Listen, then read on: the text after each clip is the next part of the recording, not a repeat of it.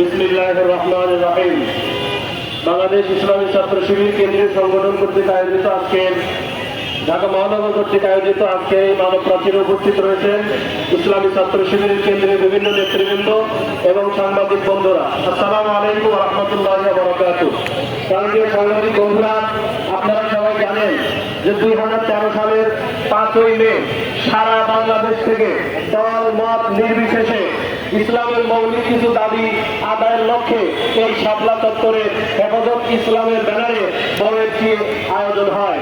কিন্তু এই নির্লজ্জ সরকার ইসলামকে সবচেয়ে বেশি থ্রেট মনে করে তারা ইসলামকে নির্মূল করার উদ্দেশ্যে সেদিন সৈয়দ আশরাফের নেতৃত্বে তার হুকুমে সরাসরি গণহত্যা চালায়।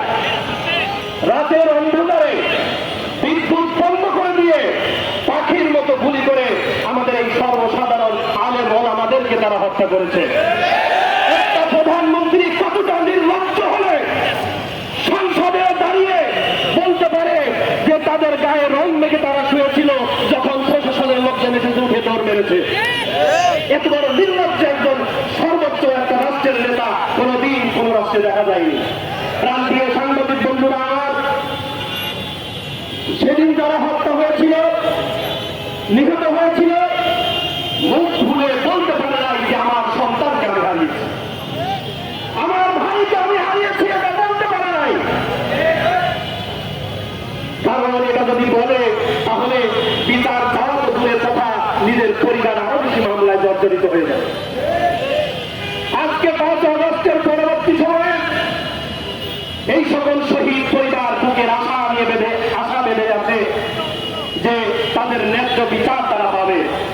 আমরা বিশ্বাস করি এই শাপলার গণহত্যা, পল্টন ট্র্যাজেডি, সেনা হত্যা, বিডিআর বিদ্রোহ, এই বৈষম্যবিরোধী ছাত্র আন্দোলনের গণহত্যা সবগুলোর বিচার আমরা প্রত্যাশা করি হবে।